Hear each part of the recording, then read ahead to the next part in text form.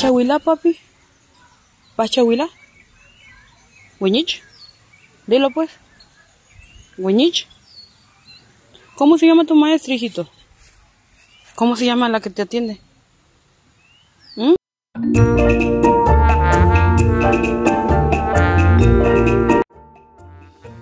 No fue un laboratorio ni un aula tecnificada el lugar donde germinó esta historia.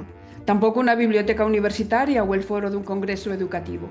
El origen fue otro, un camino escarpado de piedra bordeado por monte denso y aromas antiguos que conducen al Crucero, una comunidad indígena perdida o quizá resguardada entre las serranías de Tila, Chiapas. Allí donde el español se cuela como un forastero entre las palabras del chol, emergió una semilla didáctica que no pedía permiso, una propuesta viva, fraguada en memoria, emoción y papel. Pero el verdadero detonante, ese que trastoca el rumbo y reordena el sentido, como suele suceder en los relatos que merecen ser contados, no brotó de la tierra conocida, sino que llegó desde otro continente, en un tiempo suspendido por la pandemia. Fue en Múnich, entre los días extraños de encierro y desvelo, cuando mis pasos se detuvieron frente a una escena improbable. 2 vagones de tren, antiguos, oxidados, con la pintura vencida por la humedad y el musgo trepando sin permiso por sus costados, dormían en medio de un claro del bosque. Lo que parecía ruina era en realidad umbral. Me acerqué con la curiosidad de quien busca desentrañar un vestigio, y allí en el interior, en penumbra, no encontré abandono como imaginé al principio. Encontré una escuela viva, no en el sentido institucional, sino en el latido. Conservaba su esencia, aunque desafiaba toda normativa, y allí, como parte de ese milagro discreto, alguien comenzó a contarme una historia improbable. Una mujer mexicana que años atrás había llegado con una beca de posgrado, decidió quedarse. Junto a su pareja alemana, también docente, fue dando forma a una propuesta íntima y poderosa, donde enseñar no era instruir, sino habitar el juego, el cuerpo, la introspección y la naturaleza como un solo territorio de aprendizaje. Allí comprendí algo que transformó mi mirada. Las emociones no eran un apéndice, un tema más entre tantos, sino el eje mismo sobre el que giraba toda la experiencia educativa.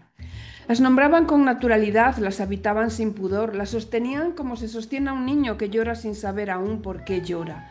Recuerdo a uno que se levantó lentamente de su colchoneta, se apartó del grupo y con voz serena, sin rabia ni vergüenza, me dijo: «Estoy frustrado». Luego, como quien regresa de un breve viaje hacia adentro, volvió al juego. Fue entonces cuando lo supe con certeza. La emoción no es un ornamento ni un lujo metodológico. Es un territorio que se habita, que se escucha, que se aprende. Y en mi normal, todavía hoy, eso se considera casi una herejía. Aquel descubrimiento se abrió paso como lo hacen las heridas que no sangran, pero duelen. Pensé en Chiapas, en sus aulas, en sus silencios, en cómo la burocracia había reducido lo emocional a simples rúbricas impresas, a campos vacíos que nadie llena con verdad. Pensé en los programas que repiten la palabra afectivo, con un lenguaje que ya no respira. Y sentí rabia, pero también algo más profundo, un impulso.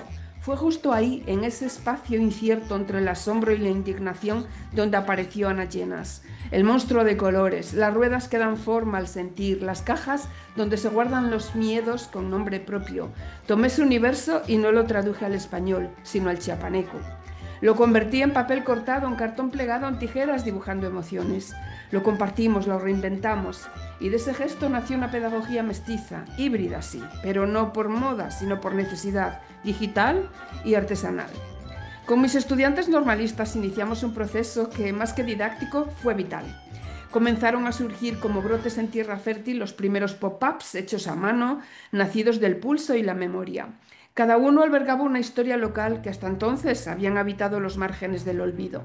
La palabra, antes callada o domesticada por lo académico, recuperó su cuerpo y su fuerza. La emoción, por fin, halló una voz que no pedía permiso para decirse. Y lo narrativo, esa forma de conocimiento que tantos miran con desdén, se alzó como una herramienta de resistencia.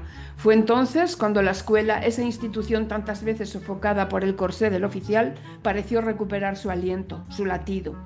Esta narrativa no busca exhibir un modelo, no es un protocolo replicable ni una promesa de redención pedagógica, es más bien el testimonio de una deriva. Una búsqueda que nace en el monte, dialoga con el bosque, con los bosques alemanes y se asienta en el aula como quien deja caer una semilla.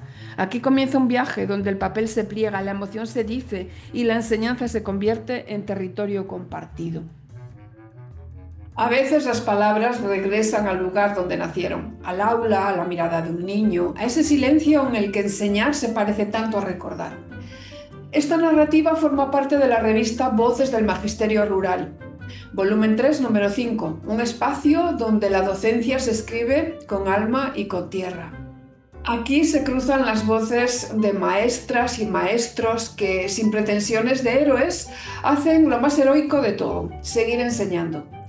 No encontrarán discursos altisonantes ni frases solemnes, solo vida compartida, esa que cabe en un cuaderno, en una pizarra o en la paciencia de quien escucha. Les invito a seguir la lectura del desarrollo de esta narrativa, donde la palabra se vuelve puente entre escuela y comunidad. Y si desean acompañarnos más allá de esta voz, pueden visitar el vídeo donde presentamos la revista completa, un homenaje sencillo y sincero a quienes mantienen viva la educación con sentido y corazón. Gracias por escuchar y por seguir creyendo que la educación, cuando se cuenta, sigue siendo una forma de esperanza.